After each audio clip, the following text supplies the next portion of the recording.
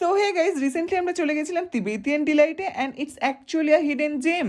আর যারা আমার মতো ফার্স্ট টাইম যাচ্ছ তারা প্লিজ গুগল ম্যাপের ভরসায় যেও না, নয়তো আমার মতোই হারিয়ে যাবে। তারপর আমার বান্ধবী চান্দ্রেলি জায়গাটা খুঁজে বার করলো, তোমরা দেখতেই পাচ্ছ আমরা পৌঁছে গেছি। খুবই গুপ্ত গাইজ জায়গাটা, অ্যাম্বিয়েন্স ইজ প্রিটি গুড, কিন্তু আগেই বলে দিচ্ছি নন এসি, তো সেই বুঝে কিন্তু তোমরা প্ল্যান করো। আর আমরা কিন্তু গাইজ ওখানে সব থেকে হিট আইটেমস গুলো অর্ডার করেছিলাম, সেটা হলো চিকেন কর্তে, পক স্টিম মোমো আর হলো চিলি পর্ক। সো আগে আমি নিয়ে নেবো চাটনিটা আর ফার্স্টে ট্রাই করবো চিকেন কর্তে। অ্যান্ড গাইজ বুম, এটা যে কি জুসি, কি টেস্টি। অ্যান্ড গাইজ খুব কম জায়গাতেই এই অথেন্টিক চাটনিটা সার্ভ করে। অ্যান্ড তারপরে আমি ট্রাই করি পর্ক মোমো, এটাও ছিল ভীষণ টেস্টি, ভীষণ juicy guys. And final item হলো গাইজ চিলি পর্ক, আর এটা আমার সব থেকে পছন্দ হয়েছে কারণ পর্কের পিসেসগুলো অটোমেটিক্যালি সেপারেট হয়ে যাচ্ছিল, এত নরম।